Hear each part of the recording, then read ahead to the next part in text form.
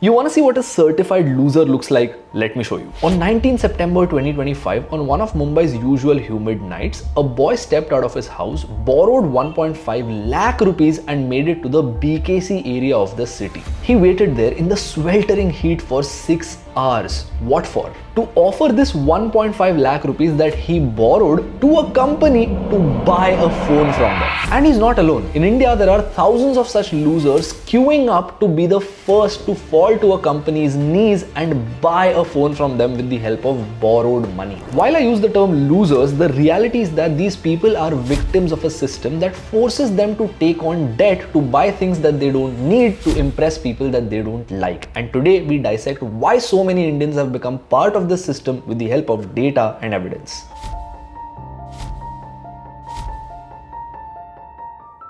Yesterday I saw a very disturbing video. Take a look. और आप क्या करते हैं? मैं स्टूडेंट। और आप कौन सा फोन खरीदना चाह रहे हैं? 17 प्रो। उसकी कीमत कितनी है? 1.5 लाख रुपए। आप एक छात्र के तौर पर इतना महंगा फोन कैसे खरीद पा रहे हैं? फाइनेंस हो रहा है। हाँ? बैंक की तरफ से फाइनेंस है। EMIs में।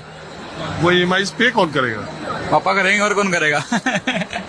Now, if you weren't appalled by this, let me give you some context. This boy is a student who's earning nothing. He is getting his dad to borrow money in order to buy the flashiest new iPhone. Now, assuming that his dad is an average Indian citizen, he would need to work for 11 months to be able to afford this product without having to take out a loan. And here's the thing, this isn't an isolated incident. 7 out of 10 iPhones in India are financed this way with the help of an equated monthly installment, usually with the help of a credit card. Now, I might be at the risk of sounding like a boomer, but India is currently sitting on a ticking time bomb. One planted by the finance industry and lit by your need to show off. And we need to get our act together before it's too late. About 3 years ago, when I purchased my iPhone, which I still use, the sales associate asked me something very weird after we negotiated the final price. Sir, 12 months or 24 months? I was very confused. So he asked me how I'd like to finance it, to which I said I don't plan on financing it, I would pay upfront. Then he laughed awkwardly and said that you were the first one to buy something upfront all day. He told me that everything he sold that day was done on an EMI, even things that were way cheaper than my iPhone, like an air fryer or a refrigerator. And you might wonder that electronics are usually durable, so their ticket size is high. It's natural for most people to split this into smaller payments, but it's not just electronics. Go to any e-commerce website like Amazon or Flipkart and every single thing you see there would have a monthly price quoted next to it. Currently, people are paying for everything with the help of an EMI, fancy bags, dresses, wallets, and sometimes even very weird things. People are paying for vacations at 16% interest with the help of a travel now pay later service. Zest Money reported that some people are splitting up their monthly rent into smaller monthly payments with the help of a loan.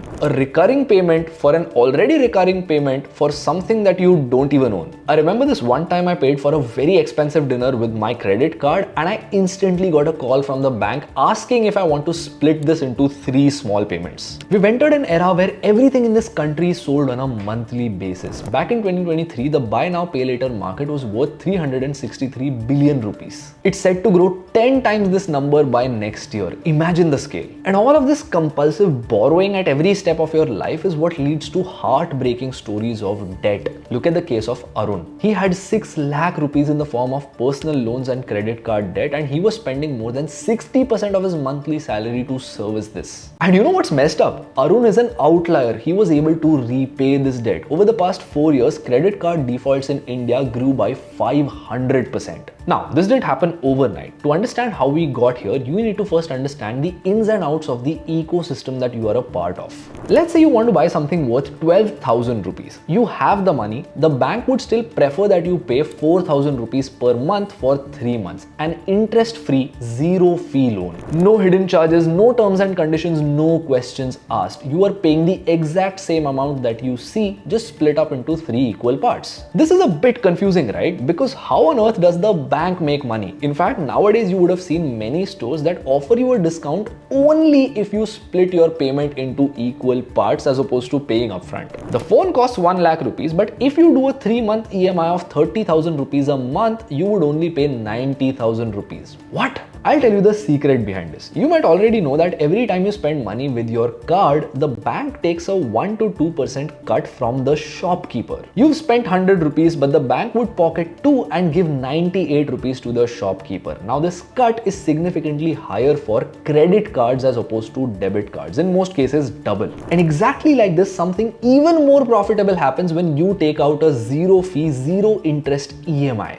Your bank gets a flat fee in the form of a commission for every single product that the merchant sells with the help of an EMI. But wait, how does this affect me? If I have the money to buy something upfront and I'm able to split it into 3 smaller payments, isn't that a good deal anyway? This is what the system wants you to believe. There are 2 effects here. One at the individual level that destroys your finances, and one at the systemic level that could potentially put the country into a recession. Let's talk about the system first. Let's say you took out a loan to buy the newest iPhone. Now, even before you have paid the first installment of this loan, the bank has sold this loan to someone else. What? Look, you aren't the only person who borrowed money from the bank to buy the newest phone. There's probably 100 others like you who bought different products with the help of a loan. Let's say the bank had given out $10 million in the form of such loans. They would now sell these loans to another bank or a larger financial institution like an investment fund for, let's say, $9.5 million.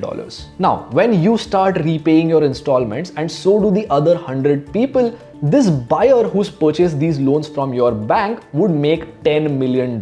Essentially, they paid 9.5 million and made 10 million. And wait a minute, this is where it gets crazy. Earlier, when the bank had given out all these loans, they were assuming the risk for these loans. But now they've just sold these loans to someone else and made a ton of money in the form of transaction fees. Once they've given out $9.5 million in the form of loans, guess what they do? They bundle up all of these and sell them once again to another institution. This process is called securitization. And I'll let you guess what happens when most people can't repay these loans. Here's a hint. It happened once in 2008.